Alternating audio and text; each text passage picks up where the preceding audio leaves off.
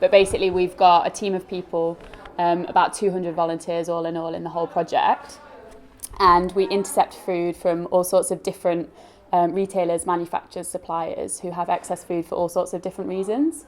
So sometimes it might just be that there's been a packaging error, so there's a whole line of products that they can't sell. That gets brought into our central warehouse where we collect about 6 tons of food every single week, which is crazy when you think about that. And then we redistribute it to different streams. So we have pay-as-you-feel cafes such as this. So chefs and volunteers cook from the surplus food and then give the food to customers pay-as-you-feel. Actually get everything. There's probably not a single food item that I've never seen come through the warehouse. We get tons and tons of bread. So to give you an example, recently, one of the major retailers, I believe, increased the cost of certain loaves of bread by 10p.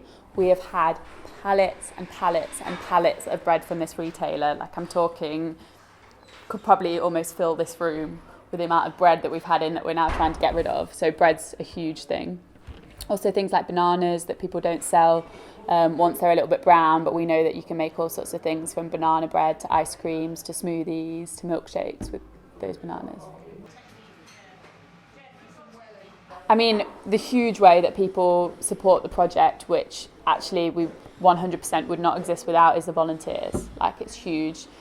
The volunteers are basically like the life and soul of this organisation, and if you see in the cafe later, the majority of people who work here are not getting paid anything. They just come to be a part of the project, and the responsibilities that those people take on is quite significant. Like, I was in the warehouse yesterday and there's volunteers that are responsible for driving to pick up the food, so the drivers are volunteers. There's people that will come and unload the food, will weigh the food, will categorise the food, and then we'll decide where the food's going to go, and then set up a supermarket, decide what's going to go on the supermarket shelves and serve the customers, and all of the people doing that whole operation are volunteers.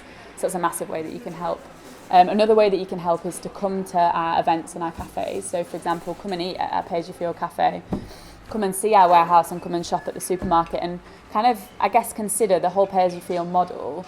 The idea is that you're taking into consideration all of the different steps that have gone to get that food there. I think sometimes people come and have this false idea that the food is free, and it's not, because obviously there's hard work that's gone into all of these different processes that's got the food to be in that cafe, on your plate, or in the supermarket. So just consider mindfully what you're going to donate and whether you think that that's what you can donate for the food that you're taking, I guess.